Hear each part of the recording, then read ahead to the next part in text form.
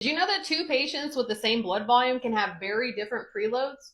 Why is that? My name is Leah. I've been a CVSU nurse for 18 years, and today we're going to chat a little bit more about preload. Preload isn't just volume. It's going to also include things like venous tone, intrathoracic pressure, the patient's position, and even mechanical ventilation.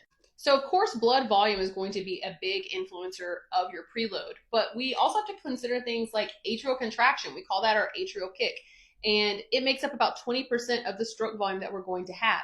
That is lost whenever we have a patient that has atrial fibrillation.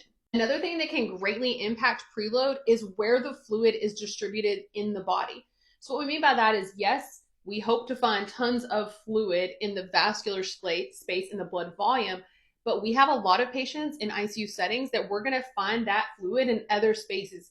It can be intracellular, it can be also in the tissues, and we call that the third space. So we can measure preload with static measures like CVP or pulmonary artery wedge pressures, or we can use a more dynamic way to measure it, such as SVV, which is stroke volume variation, or PPV, which is pulse pressure variation. Both of these are great and a little bit more in real time of what we're looking at.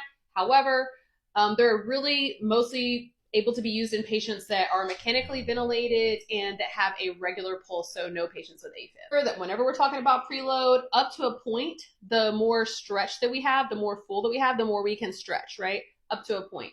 But if there's too much stretch, then we're going to lose some contractility. So when we talk about preload, we need to have just the right amount, which we measure through things like pulmonary artery wedge pressures, through things like SVV, and through things like CVP, picking the one that's most appropriate for the patient and the hemodynamic monitoring that you already have. And just remember, preload is one part of the equation for cardiac output, which is cardiac output equals heart rate times stroke volume, and with stroke volume we have preload, afterload, and contractility. So as you can see, having the same blood volume does not necessarily make the patient have the same preload, depending on multiple factors, including where the volume is actually found, including things like does the patient have AFib or other types of arrhythmias? And does the patient have mechanical ventilation or not? So follow for more ICU hemodynamic bites.